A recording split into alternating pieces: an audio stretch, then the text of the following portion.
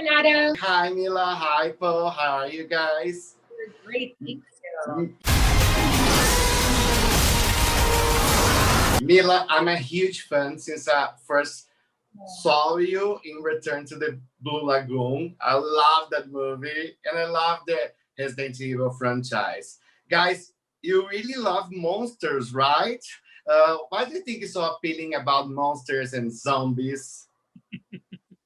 Yeah, I don't know where Paul has always been, a guy who loved playing video games, and he was the dungeon master when he was a kid when they would play Dungeons and Dragons. So he's always been And really, I'm still the dungeon master. yeah, you're out of it. Yeah.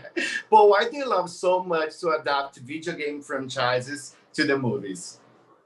They're just some video games are just so visual. I think they make amazing movies. When I first played Monster Hunter, I was blown away by the look of the game. These giant creatures with amazing designs that I'd never seen before. I love Godzilla and I love King Kong and I love the Jurassic World movies, but I've seen all of those creatures before. And here was a world in this video game that had these insane looking creatures.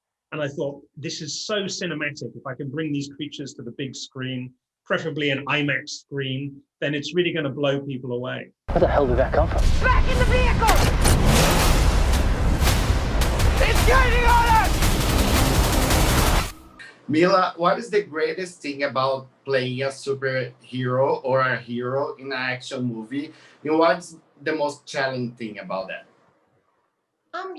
I've always loved to watch strong women on screen, and when I was young, I felt like there really wasn't enough strong women representing on screen. So, for me to be able to play these characters, it makes me feel like a superhero as well. I love to go into these different worlds, and I have a lot of fun doing the stunts.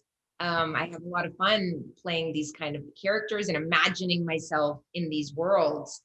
It's always challenging, of course, to do action movies. Doing the stunts is fun, but sometimes it could be a little dangerous, and and at the same time, it's just tough. I mean, like on this movie, we traveled to these crazy locations where it was freezing at night and super hot during the day, and it can be kind of just really tough. My eyes got sunburnt, like literally my eyeballs got sunburnt at one point. So it can be hard on people physically, but at the same time, it's such an adventure. There's any superhero or villain that you would like to play in the movies? Gosh, I don't know.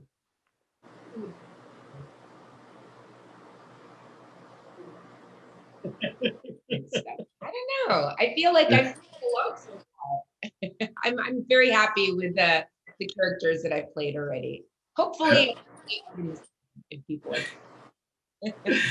Paul, there's any superhero movie they would like to direct? I love watching superhero movies, but I like making monster movies, I have to say.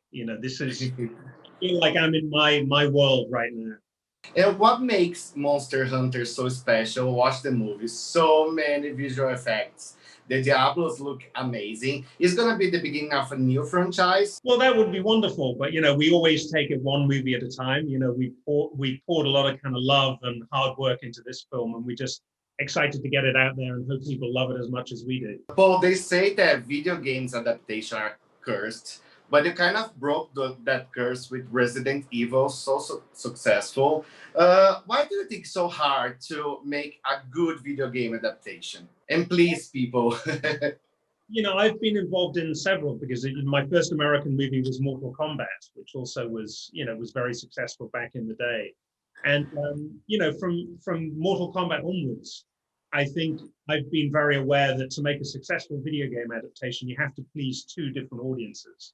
You have to please the hardcore fans that know everything about the world you're adapting, but then you also have to please another audience, which is a more mainstream cinema-going audience who don't know the video game. So and it's tricky to please both audiences at the same time. And that's why, you know, for the movies I've done, I've always tried to work very, very closely with the creators of the game. Like on this movie, they consulted on everything so that I get everything from the game completely accurate. And then for the people who don't know the game, you know, they have Mila's character who's from our world that they can follow into the world of the video game. So you see it through a fresh set of eyes. Are you guys done with the Resident Evil franchise, or will be up to another movie in the future, like a revival? I love to see Mila as Alice. I love the character. Yeah. Well, I mean, we're all about hunting monsters right now. Yep. Sean Connery, as the great Sean Connery once said, never say never again.